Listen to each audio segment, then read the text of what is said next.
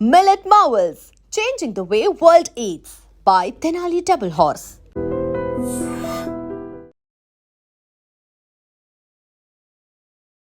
Hi hello నమస్తే welcome back to iDream media. ఈరోజు geopolitical issues ఎన్నో discuss చేయడంతో పాటుగా ముఖ్యంగా అమెరికన్ వీసా అప్డేట్ ఏంటి, ఒక ఇండియన్గా యూఎస్లో చదువుకోవాలి, యూఎస్లో జాబ్ చేయాలనే ఒక కళ ప్రతి ఒక్క ఇండియన్కి ఉంటూ ఉంటుంది.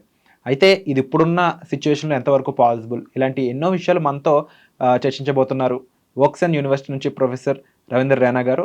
అండ్ ఎన్నో కంట్రీస్లో ఎన్నో యూనివర్సిటీస్లో ప్రొఫెసర్గా చేసిన సార్ యొక్క ఎక్స్పర్టీస్ ఈరోజు ఎపిసోడ్లో మనం తీసుకుందాం. నమస్కారం సార్. నమస్తే విరాట్ గారు. మోస్ట్లీ చాలామందికి ఏంటి అంటే మీకు తెలిసిన విషయమే, యూఎస్లో చదువుకోవడం జాబ్ చేయడం అనేది వాళ్ళ క్రైటీరియాలో టాప్లో ఉంటుంది, వెరీ ప్రైమరీ క్రైటీరియా అని చెప్పొచ్చు. ఎందుకంటే అక్కడ డిగ్రీకి ఇచ్చే వాల్యూ అలాంటిది అని చెప్పేసి అందరూ భావిస్తుంటారు. అండ్ మీరు యాజ్ అ ప్రొఫెసర్గా ఆస్ట్రేలియాలో చేశారు, నమీబియాలో చేశారు, డిఫరెంట్ కంట్రీస్లో చేస్తున్నారు.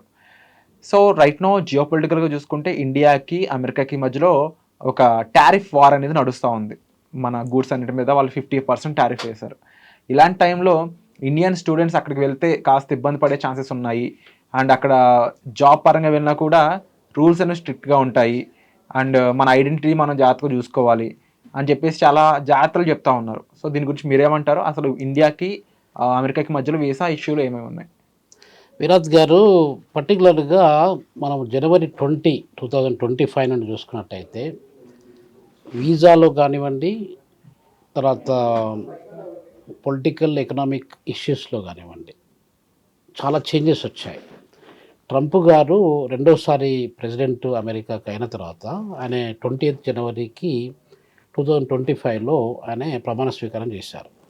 అప్పటి నుండి చాలా హార్ష్గా, అంటే ఇండియన్స్ అనేది ఒకటే కాకుండా ఒక మాగా అనే ఒక ప్రిన్సిపల్ పెట్టుకున్నాడు. ఆ మాగా అనే ప్రిన్సిపల్ మీదనే ఆయన పవర్లోకి వచ్చాడు. అసలు మేక్ అమెరికా గ్రేట్ అగైన్ అని చెప్పి. So make America great again అనేది ఇప్పుడు చాలామంది ఇమ్మిగ్రెంట్స్ ఉన్నారు. అంటే అది మెక్సికో నుండి వచ్చిన వాళ్ళు కావచ్చు, ఇండియా నుండి వచ్చిన వాళ్ళు కావచ్చు, పాకిస్తాన్ నుండి, బంగ్లాదేశ్, రకరకాల కంట్రీ, మొత్తం ఆల్ ఓవర్ ద వరల్డ్లో ఉన్నటువంటి ప్రజలందరూ కూడా దాదాపు 200 కంట్రీస్ ఉన్నట్టయితే 200 కంట్రీస్ పీపుల్ అమెరికాలో ఉంటున్నారు. దాన్ని రెయిన్బో నేషన్ అని కూడా అంటారు. ఇప్పుడు ఈ వీసా పరంగా చూసుకున్నట్టయితే ఎక్కువ శాతం జనాలు మన స్టూడెంట్స్ కావచ్చు, ఎంప్లాయీస్ కావచ్చు, మన భారతదేశం నుండి అక్కడ వెళ్ళి పనిచేసే వాళ్ళు ఎక్కువ ఉన్నారు. ఒక సేయింగ్ ఏంటంటే చైనీస్ కూడా వెళ్తున్నారు, మన కౌంటర్ పార్ట్ చైనా వాళ్ళు కూడా వెళ్తున్నారు అమెరికాకు. చైనీస్ వాళ్ళు ఎక్కువ శాతము అక్కడ చదువులు పూర్తి చేసుకొని చైనాకు వచ్చి చైనాని డెవలప్ చేస్తున్నారు. భారతీయుల స్టూడెంట్స్ ఏం చేస్తున్నారంటే అక్కడికి వెళ్తున్నారు, అక్కడే చదువు కంప్లీట్ చేసుకుంటున్నారు, అక్కడే ఉండడానికి ప్రయత్నం చేస్తూ ఉన్నారు. అలా వండుకుంటూ అక్కడే ఉద్యోగాలు చేసుకుంటూ అమెరికాని డెవలప్ చేస్తున్నారు. సో అది డిఫరెంట్ జరుగుతుందన్నమాట. ఇప్పుడు మీరు అడిగిన ప్రశ్నకు విరాట్ గారు, ఈ గత 6 to 7 months నుండి మనకి ఎలాంటి చేంజెస్ వచ్చాయి వీసా పరంగా. కొంతమంది lakhs of students every year మన భారతదేశం నుండి అమెరికాలో చదువుకోవడానికి వెళ్తున్నారు. ఎందుకు వెళ్తున్నారు అనేది ఒక క్వశ్చన్. అమెరికా అనేది ప్రపంచంలో అతిపెద్ద ఆర్థిక వ్యవస్థ. అది దేశం పరంగా చూసినట్టయితే, ఏరియా సైజ్ పరంగా చూసుకున్నట్టయితే అది దాదాపు అరౌండ్ 9.8 million square kilometers ఉంది. దాదాపు 3rd largest కంట్రీ కింద వస్తుంది అది నార్త్ అమెరికా. ఎకానమీ పరంగా చూసుకున్నట్టయితే అది 1st largest economy in the old world, around $30 trillion worth of economy. So కాబట్టి గ్రీనర్ ఫ్రాక్చర్స్ కొరకు మన దగ్గర ఉన్నటువంటి విద్యార్థులందరూ ఐఐటీలు, ఐఐఎంలు చదువుకున్న వాళ్ళు కూడా అక్కడికి వెళ్తున్నారు. ఇప్పుడు సుందర్ పిచాయ్ కానీ, సత్యనారాయణల కానీ అట్లా తీసుకున్నట్టయితే చాలామంది సీఈఓలు, మల్టీనేషనల్ కంపెనీలో పనిచేసే సీఈఓలు కూడా మన దేశం నుండి వెళ్ళి అక్కడ పనిచేసిన వాళ్ళే, చదువుకోవడానికి వెళ్ళారు, అక్కడే ఉండిపోయారు. సో ఇలా ఉండడం వల్ల అమెరికా యొక్క ఆర్థిక వ్యవస్థ అనేది డెవలప్ కావడానికి భారతదేశం అనేది చాలా వరకు సపోర్ట్ చేస్తుంది. అది చాలామంది ఒప్పుకున్నా కూడా అది కనిపించదు వాళ్ళకు. బట్ రియాలిటీ ఏంటంటే అది జరుగుతూ ఉంది. అమెరికా ఆ రకంగా పెద్ద దేశంగా ఎదుగుతుందనంటే ఇండియన్స్ యొక్క కాంట్రిబ్యూషన్ అనేది చాలా వరకు ఉందండి. అంటే అమెరికన్ ప్రెసిడెంట్ ట్రంప్ కూడా తెలివిగా ఇక్కడ స్కిల్ ఉన్న పర్సన్స్ని అండ్ టాలెంట్ ఉన్న పర్సన్స్ని మార్క్స్ పరంగా కూడా ఎకడమికల్గా టాప్లో ఉన్న పర్సన్స్ని నా కంట్రీ ఎప్పుడు వెల్కమ్ చేస్తుందని చాలా తెలివిగా చెప్పాడు. అయితే మన వాళ్ళలో నెంబర్ ఎక్కువ కాబట్టి వెళ్ళే వాళ్ళ సంఖ్య, ఇందులో కాస్త లో పర్ఫామ్ చేసేవాళ్ళు, మీడియంగా పర్ఫామ్ చేసేవాళ్ళు అక్కడ ఏదో రకంగా ఉండడానికి ఇష్టపడుతున్నారు. బట్ వాళ్ళ పరిస్థితి ఏంటి?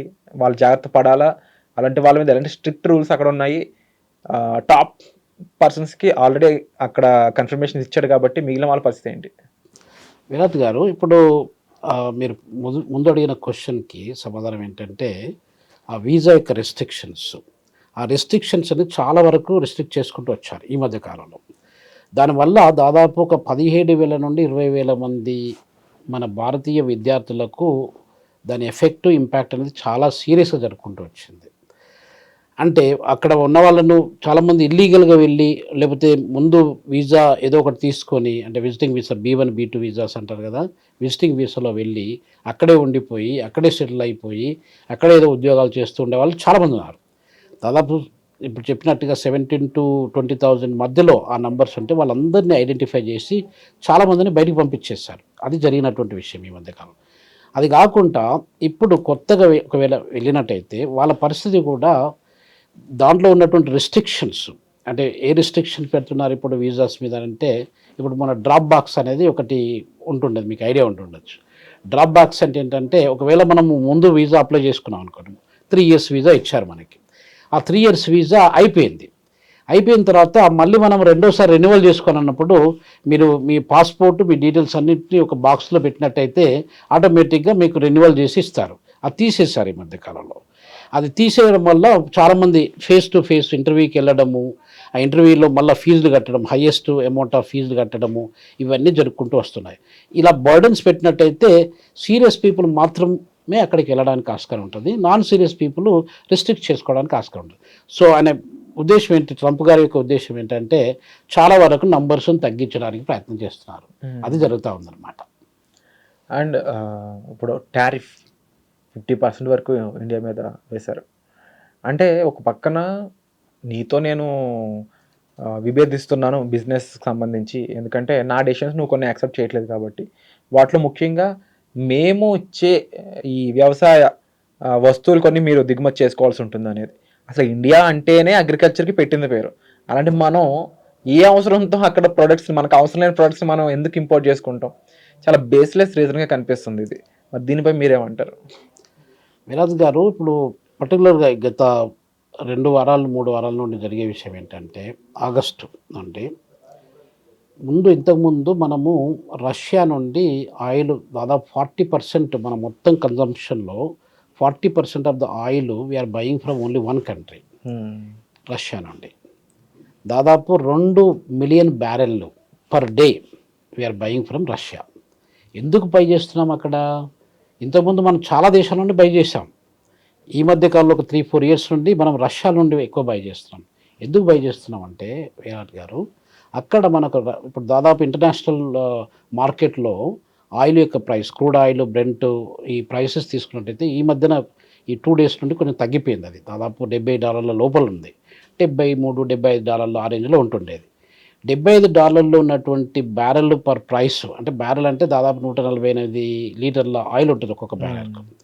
అట్లాంటి ఆయిల్ని మనము రష్యా నుండి $55 కంటే తక్కువ ప్రైస్లో మనం కొనుక్కుంటున్నాం. Number 1 reason. నంబర్ 2 రీజన్ ఏంటంటే, మనము వాళ్ళకు డాలర్లలో పే చేయట్లేదు. ఎందుకంటే రష్యన్స్కి డాలర్లలో వాళ్ళకు తీసుకోవట్లేదు, వాళ్ళకి ఇష్టం కూడా లేదు. డాలర్ అంటే డీడాలరైజేషన్కి వాళ్ళు కూడా చాలా రోజుల నుండి ఎక్సర్సైజ్ చేస్తున్నారు.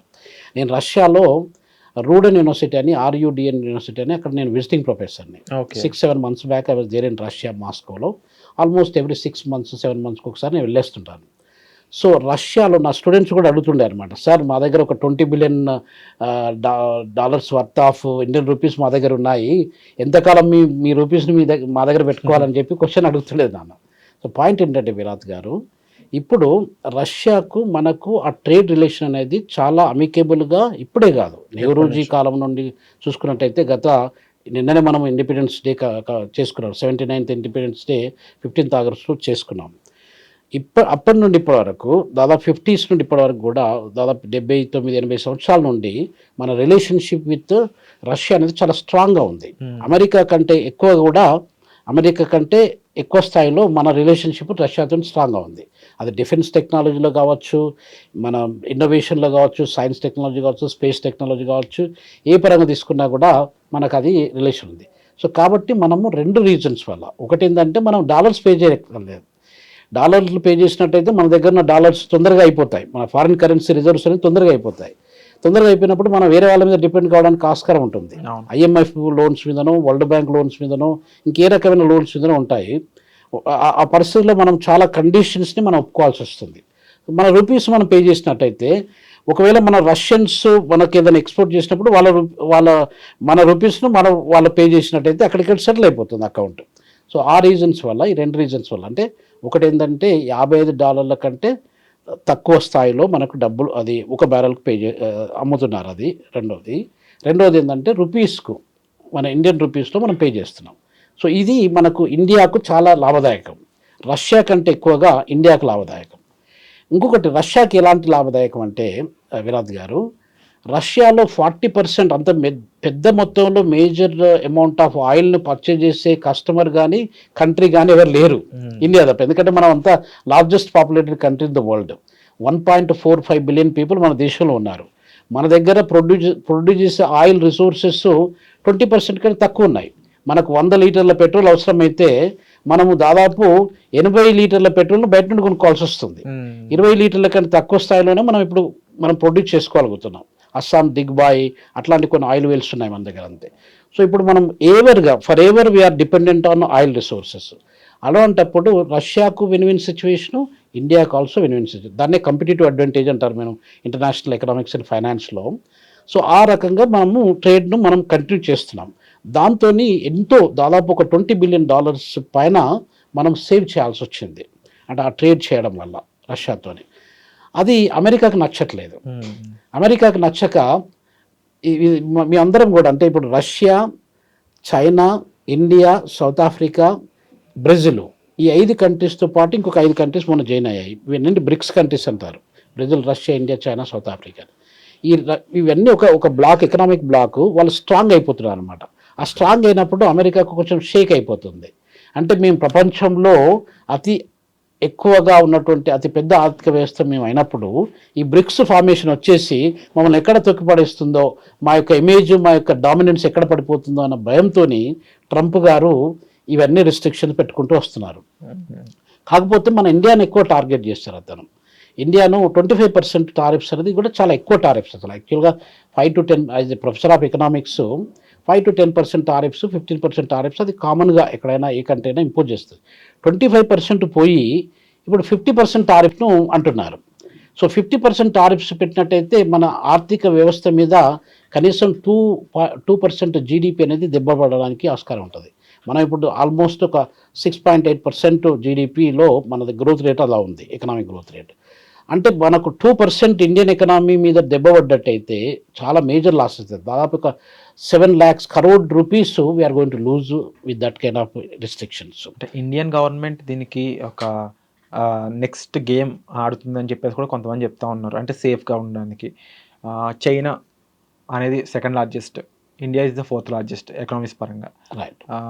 సో ఇవి 2 కలవడం అనేది చరిత్రలో చాలా కొత్త అధ్యాయం అని చెప్తా ఉన్నారు. అండ్ 5 ఏళ్ల క్రితం ఏదైతే ట్రేడ్స్ అనేవి క్లోజ్ చేస్తారో ప్రాపర్గా తిరిగి ఆ ట్రేడ్స్ అన్ని మళ్ళీ ఓపెన్ చేయడం ఇండియా, చైనా మధ్య, ఇది మనకి ఏమైనా బూస్టప్ ఇచ్చే ఛాన్స్ ఉందా ఒకటి? అండ్ మరీ ముఖ్యంగా ఇప్పుడు బ్రిక్స్ కంట్రీస్ ఇలా చేస్తున్న టైంలో ట్రంప్ ఇంకా నెగిటివ్గా చేసే పనులు ఏమేమి ఉంటాయి? విరాజ్ గారు, ఇంకొకటి ఏంటంటే అమెరికా అనేది డెవలప్డ్ కంట్రీగా ఎప్పుడు మారిందంటే 1871 నుండి మారింది. అంటే 1871 నుండి ఇప్పటి వరకు దాదాపు 153 సంవత్సరాల పాటు ఒక కంట్రీనే ప్రపంచం మొత్తం మీద ఒక పెద్ద ఆర్థిక వ్యవస్థగా ఉండిపోయింది. ఏంటంటే అమెరికా ఒకటే. దానికంటే ముందు చైనా, ఇండియా 2 దాదాపు 1800 సంవత్సరాల పాటు, మీరు ఫస్ట్ సెంచరీ ఏడీని తీసుకొని 18th century మనకు బ్రిటిషర్స్ మన దేశాన్ని ఆక్రమించే కంటే ముందు పెద్ద ఆర్థిక వ్యవస్థ ప్రపంచంలో ఏంటి అంటే ఇండియా.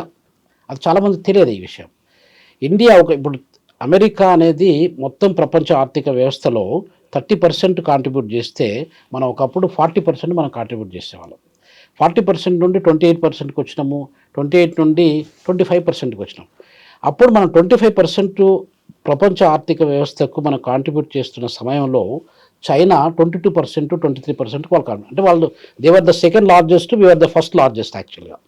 సో ఆ పొజిషన్స్ మన ఈ చైనాకు ఇండియాకు ముందు నుండి ఉన్నాయి, 1800 సంవత్సరాల పాటు ఉన్నాయి. అప్పుడు మనము 25% కాంట్రిబ్యూట్ చేస్తున్న సమయంలో అమెరికా అనేది 1.8% మాత్రమే కాంట్రిబ్యూట్ చేస్తుంది ప్రపంచ ఆర్థిక వ్యవస్థ మొత్తం మీద.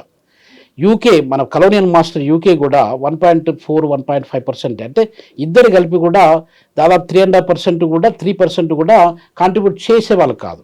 సో ఈ పరిస్థితిని మనం అంతా కంప్లీట్గా చేంజ్ చేశారు వాళ్ళు. ఇండస్ట్రియల్ రెవల్యూషన్ జరగడం ఒకటి, కాలనైజేషన్ ప్రాసెస్ మన దగ్గర స్టార్ట్ కావడం ఒకటి, డిఫరెంట్ రీజన్స్ వల్ల మన పరిస్థితి పోయి ఇప్పుడు మనం 4% కాంట్రిబ్యూట్ చేస్తున్నాం.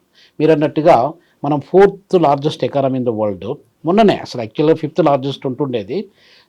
జపాన్ పొజిషన్ అనేది అది 5th వచ్చింది, మనం 4th వచ్చేసినాము. మనం ఇంకా 3rd రావడం, జర్మనీకి మనకు పెద్దగా తేడా లేదు. జర్మనీ అనేది $4.5 ట్రిలియన్ ఉంటే మనం $4.2 ట్రిలియన్ మనం ఉన్నాం. వాళ్ళకు మనకు ఒక 300 మిలియన్లు, అంతే 300 బిలియన్లు ఆ రేంజ్లోనే ఉన్నాం మనం. సో కాబట్టి we can kick out Germany in the coming near future. మన ఎస్టిమేషన్ ఏంటంటే 2030 లోపల మనం we will become 3rd largest economy అనేది ఒక ఎస్టిమేషన్ అనమాట, ఒక ఆబ్జెక్టివ్ మనకి. సో ఇది జరుపుకుంటూ వస్తుంది. అంటే ఇప్పుడు మీరు అడిగిన ప్రశ్నకు విరాట్ గారు, ప్రపంచంలో ఉన్న ఆర్థిక వ్యవస్థల్లో మనము we are the dominant economy for very long period of time. ఇప్పుడు వచ్చినట్టు చేంజ్ కాదు.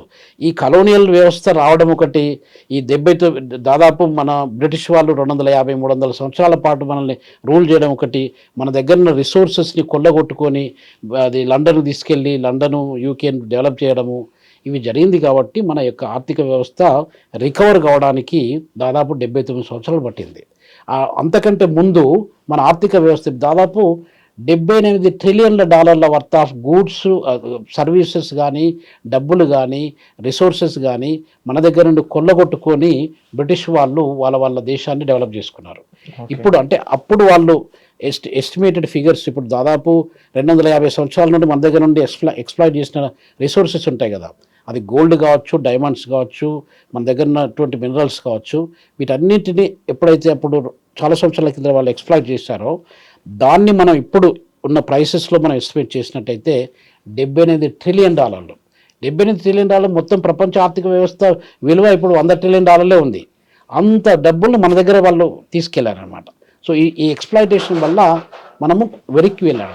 దాదాపు ఒక 70 సంవత్సరాలని వెనక్కి త్రో చేశారు వాళ్ళు మనల్ని. సో దానివల్ల ఇప్పుడు మనం రికవర్ అవ్వకుంటూ వస్తున్నాం. ఆ రికవరీ అనేది అమెరికాకు కానీ, బ్రిటన్కి కానీ, ఫ్రాన్స్కి కానీ, జర్మనీకి కానీ, ఇతరత్ర G7 కంట్రీస్ కానీ నచ్చట్లేదు. అందుగురించి ఈ రిస్ట్రిక్షన్స్, ఈ యొక్క డామినెన్స్ను క్రియేట్ చేసుకుంటూ ఎక్కడ మనం కంట్రోల్ చేయాలి అనే ఉద్దేశంతో వాళ్ళు రిమోట్ కంట్రోల్ని ఒత్తుకుంటూ మనల్ని కంట్రోల్ చేయడానికి ప్రయత్నం చేస్తున్నారు. మనం ఆ కంట్రోల్కి మనం భయపడాల్సిన అవసరం లేదు. మరి ఇప్పుడున్న ఇలాంటి ఒక క్రూషియల్ టైంలో మోడీ గారు ఏం నిర్ణయం తీసుకోవడానికి స్కోప్ ఉందంటారు? మన ఇండియా రివర్స్ స్ట్రాటజీ ఎలా మొదలుపెట్టింది, దాంట్లో ఏదైనా కీలకమైన విషయాలు ఉంటే చెప్తారు? విరాజ్ గారు, ఇప్పుడు ఒకటి జస్ట్ నిన్ననే ఒక మీటింగ్ జరిగింది అలాస్కాలో. ప్రెసిడెంట్ ట్రంప్కు, ప్రెసిడెంట్ పుటిన్కి, రష్యన్ ప్రెసిడెంట్ వ్లాడిమిర్ పుటిన్కు, డొనాల్డ్ ట్రంప్ అమెరికన్ ప్రెసిడెంట్కు ఒక మీటింగ్ జరిగింది జస్ట్ ఫ్యూ అవర్స్ బ్యాక్. ఆ మీటింగ్లో కీలక అంశం ఏంటంటే, ఇప్పుడు ఉక్రెయిన్కును రష్యాకి, ఈ రెండు దేశాలకు యుద్ధం జరుగుకుంటూ వస్తుంది. ఎప్పటి నుండి స్టార్ట్ అయింది అది? దాదాపు ఫిబ్రవరి 2022 నుండి ఇప్పటి వరకు, అంటే 3.5 years అవుతుంది యుద్ధం జరగబట్టి. హోరాహోరీ చాలా నష్టం జరిగింది. రష్యాకి నష్టం జరిగింది, యుక్రెయిన్కు నష్టం జరిగింది.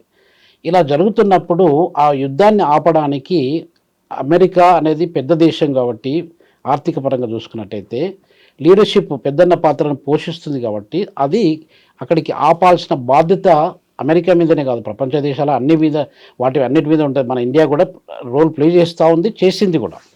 సో ఆ రోల్లో భాగంగా వాళ్ళు మీటింగ్ పెట్టుకున్నారు నిన్న 15th August 2025లో పెట్టుకున్నారు.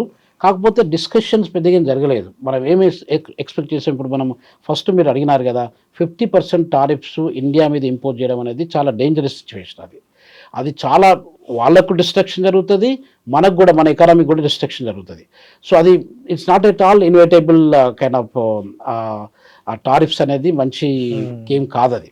సో ఇప్పుడు దాన్ని అవాయిడ్ చేయడానికి, అంటే ట్రంప్కు పుటిన్కి ఉన్నటువంటి అగ్రిమెంటు అది మన మీద ఎఫెక్ట్ కావడానికి ఆస్కారం ఉంటుంది. ట్రంప్ ఒక మాట ఏం చెప్పారంటే, అంటే ఆయన ముఖ్య ఉద్దేశం ఏంటి, వార్ను ఆపించాలి, ఉక్రెయిన్కు రష్యాకు మధ్యన వారం. అది ఒక్కటి ఆగిపోయినట్టయితే దెన్ వీ అగ్రీ, ఇండియా మీద మేము 50% టారిఫ్స్ పెట్టము, 25% పెడతాము అన్నది, 25% కంటే తగ్గించడానికి కూడా మేము ఆలోచన చేస్తాము అన్న ప్రపోజల్తోని అమెరికా వాళ్ళు ఆ ఆలోచనలో ఉన్నారు. కాకపోతే ఇంకొక ఫైనల్ డెసిషన్ కాలేదు ఇప్పటివరకు విరాట్ గారు. జెలెన్స్కీ యుక్రెయిన్ ప్రెసిడెంట్ మండే రోజు, వచ్చే ఇప్పుడు 18th ఆగస్టు మండే రోజు అమెరికాకి వెళ్తున్నాడు. అది ట్రంప్తో డిస్కస్ చేస్తున్నాడు. దాని తర్వాత పుటిన్ కూడా ట్రంప్ను మాస్కోకి ఇన్వైట్ చేశాడు యాక్చువల్ నిన్న. సో కాబట్టి ఇవన్నీ కొంచెం ఆన్ గోయింగ్ డెవలప్మెంట్స్. ఒకవేళ ఈ పుటిన్కు ట్రంప్కు మధ్యన ఒక మంచి డీలు ఒప్పందం జరిగినట్టయితే అది మనకు పాజిటివ్గా మనకు జరగడానికి ఆస్కారం ఉంటుంది. అది ఒక విషయం అండి. రెండో విషయం ఏంటంటే విరాట్ గారు, ఇప్పుడు మనం అమెరికాకు మనం భయపడాల్సిన అవసరం లేదు. మనం we are the 4th largest economy, we are the largest democratic country in the world, we are the largest populated country in the world. ఇంత మనకు పవర్ ఉన్నప్పుడు మనము అమెరికా పాపులేషన్ ఎంత అండి, 340 మిలియన్లు, అంటే 34 కోట్ల జనాభా మాత్రమే అమెరికా మొత్తం కలుపుకుంటే. మన దగ్గర 145 కోట్ల జనాభా. సో అట్లాంటప్పుడు మనం దేనికి వాళ్ళకి భయపడాలి చెప్పు? ఏదో రెస్పెక్ట్ ఇచ్చినాము, వాళ్ళతో మనకు అవసరం ఉంటుంది, మనతో వాళ్ళకు అవసరం ఉంటుంది. వాళ్ళ పెద్ద ఎకానమీ కాబట్టి మనం కలిసి పనిచేసినట్టయితే ఇద్దరికీ లాభదాయకంగా ఉంటుంది అనేది రెస్పెక్ట్తో మనం ముందుకు వెళ్తున్నాం. వాళ్ళు ప్రతి ఒక్క దానికి మనల్ని రెస్ట్రిక్ట్ చేసుకుంటూ వచ్చినట్టయితే మనం భయపడాల్సిన అవసరం లేదు. అంటే దీని వెనకాల మొత్తం కారణం ఇండియా ఎదుగుదల వరవలేకపోతున్నాయి మిగిలిన కంట్రీస్ అంతేనా? అబ్సల్యూట్లీ. ఇప్పుడు డెవలపింగ్ కంట్రీస్, డెవలప్డ్ కంట్రీస్ అని 2 కేటగిరీసే ఉన్నాయండి. అవును. అంటే రిచ్ పువర్, ఇంకా మధ్యలో ఇంకేమి లేదు అసలు యాక్చువల్గా. సో ఇలాంటి సందర్భంలో పూరోడు రిచ్ అవుతున్న కొద్దీ రిచ్చోడు ఆ యొక్క ఎదుగుదలను ఓరవట్లేదు అనమాట. కంప్లీట్ జెలస్ అనమాట. సో కాబట్టి ముందు ఇండియా డామినెంట్ పవర్గా ఎదిగిపోతుంది, ప్రపంచాన్ని శాసిస్తుంది, ప్రపంచంలో పెద్దన్న పాత్రను ఇండియానే పోషిస్తుంది. అది ఇంతకుముందు కూడా పోషించింది, అదే పోషణ ఇప్పుడు కూడా ముందు రాబోతుంది. కాబట్టి నా రోల్ ఏంటి, నేను ఎక్కడ ఉంటాను, అసలు నా పరిస్థితి ఏంటి అనే ఉద్దేశంతో ఇవన్నీ స్ట్రాటజిక్గా ఇప్పుడు వాళ్ళన్నీ రెస్ట్రిక్ట్ చేసుకుంటూ అన్ని rules, regulations, tariffs, trade wars వీటితోని they are trying to play the game అండి. Wonderful information sir. నిజంగా అంటే అమెరికా ఏ విధంగా ఆలోచిస్తుంది, దానికి ఇండియా రివర్స్ సైకాలజీ ఏంటి, అండ్ ఇప్పుడు తీసుకున్న డెసిషన్స్ వాటి యొక్క కారణం ఏంటి, ఇవన్నీ కూడా మాకు చాలా క్లుప్తంగా వివరించినందుకు thank you so much. My pleasure అండి.